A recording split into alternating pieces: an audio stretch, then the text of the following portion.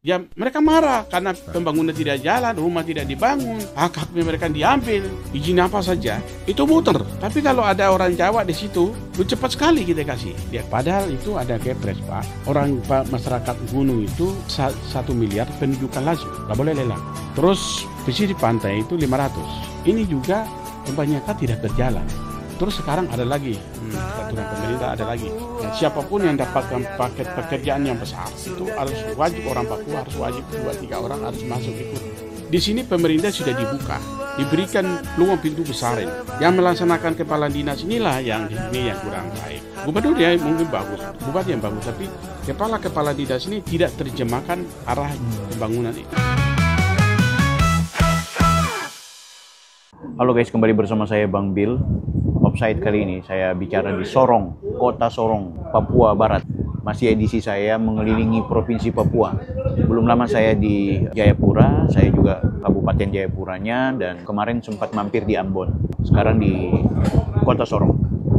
Di video kali ini saya mau membahas tentang isu yang berkaitan dengan agenda IKN. Kita tahu yang saat ini akan menggelar kegiatan 17 Agustus, ya, upacara kepresidenan dan juga upacara pertama bagi ibu kota negara baru yang sedang dibangun oleh pemerintah Negara Kesatuan Republik Indonesia. Dan sembari kita bahas soal IKN, kita juga kepingin bahas soal, saya menarik ini, selama di Papua itu mempelajari tentang pola hidup masyarakat yang ada di Papua, baik masyarakat pendatang dan juga masyarakat penduduk yang memang sudah menetap sejak awal di Provinsi Papua ini. Yang menarik mau kita bahas adalah soal ekonomi bisnisnya, terutama juga soal pola hidup. Dalam catatan saya dan juga pengamatan singkat, saya menghitung luar biasa ini.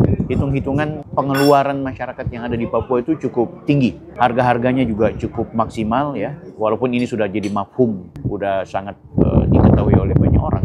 Tapi yang paling menarik di sini adalah kalau kita perhatikan sebenarnya pola hidup masyarakat Papua itu cukup tinggi, ya, termasuk dalam hal pengeluaran gitu. Dan pendapatan minimum bagi para pekerja di sini juga ternyata menyesuaikan gitu. Dia di atas 3 juta. Kalau di provinsi-provinsi lain mungkin masih di angka 2 juta, 3 juta.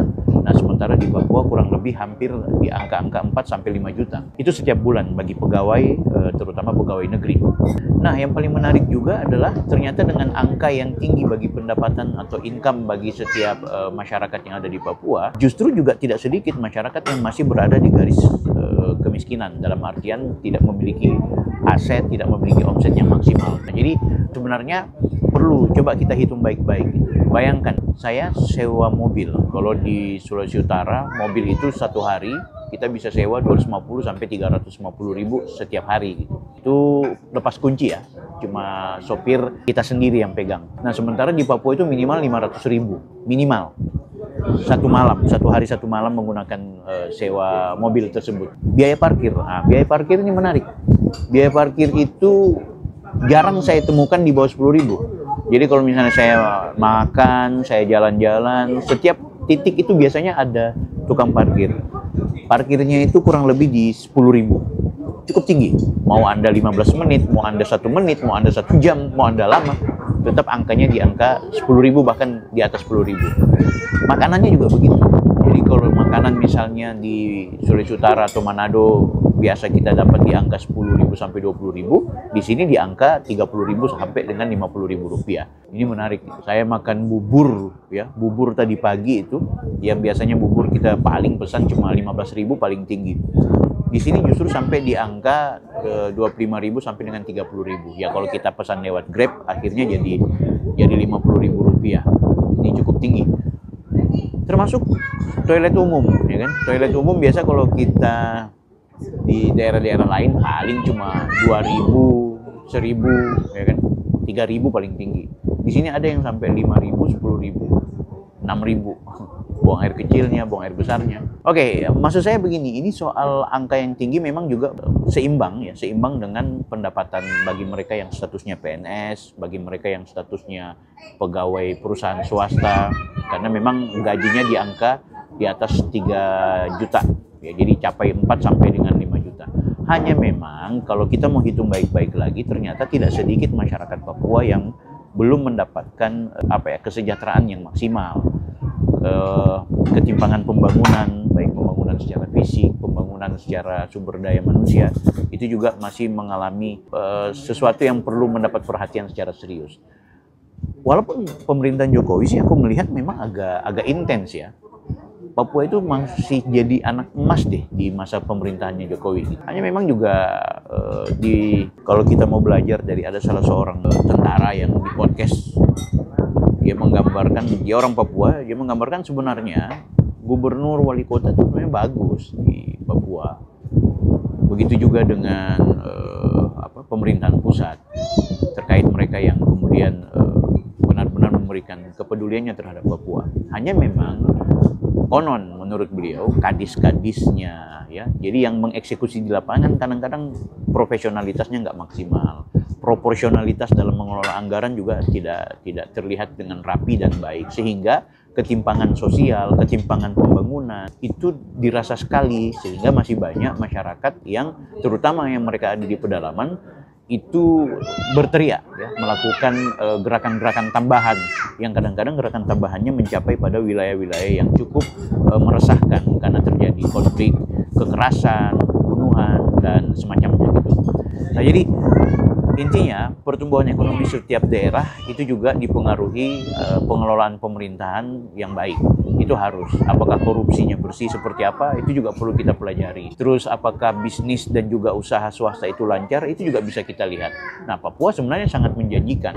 Saya sudah lihat betapa ya sumber daya alamnya luar biasa. Tidak hanya sumber daya dalam konteks apa yang bisa dieksploitasi dari dalam perut bumi, tapi sumber daya alam yang dimaksud di sini adalah soal panorama, soal bentukan-bentukan alam yang menarik ini. Dari sisi pegunungannya, lautnya, danaunya, bahkan udara ya, udaranya cukup nikmat, anginnya tuh kalau kita berada di wilayah-wilayah tertentu memang cukup nyaman gitu. Kalau di daerah pegunungan sesekali memang sejuk, walaupun memang Papua cukup panas bagi daerah-daerah tentunya sangat panas, sehingga kalau kalian tidak tahan dengan dunia yang panas, maka saya sarankan jangan keluar rumah kalau di saat siang hari. Nah, jadi ini ya menurut saya pola hidup yang ada di Papua menurut saya sangat menarik. Dan yang paling menarik juga kalau Anda tidak punya skill, ya saya kira Anda sulit untuk mengembangkan kehidupan sehari-hari bersama masyarakat yang ada di Papua. Nah, kita kembali ke soal IKN. IKN sekarang sedang merapikan diri untuk bagaimana IKN akan berkembang. Aku sejak awal sudah berpikir, tentu Jokowi menjadikan Kalimantan sebagai pusat untuk ibu kota negara, itu juga mempertimbangkan eksistensi Papua sebagai sebuah kawasan, sebuah provinsi yang seharusnya mendapatkan pelayanan secara maksimal dari pemerintah pusat, sehingga itu membuat ibu kota negara yang ada di Kalimantan bagian dari strategi pemerintah pusat kita untuk membuat pemerataan, perbaikan pola hidup, dan juga bagaimana mempercepat proses pembangunan lebih maksimal di daerah-daerah. Karena memang titik tengah yang ada di Indonesia adalah Pulau Kalimantan. Lebih spesifik, aku juga melihat bahwa selain soal untuk pemerataan ekonomi, aku juga melihat sebenarnya Jokowi itu sangat merindukan Papua. Jokowi itu sangat senang dengan Papua, baik secara sumber daya dan juga hal-hal lainnya. Sehingga itu tidak heran kalau kemudian dia menjadikan keberadaan Papua sebagai sumber inspirasi adanya ibu kota negara. Saya Bang Bil. Amo guys.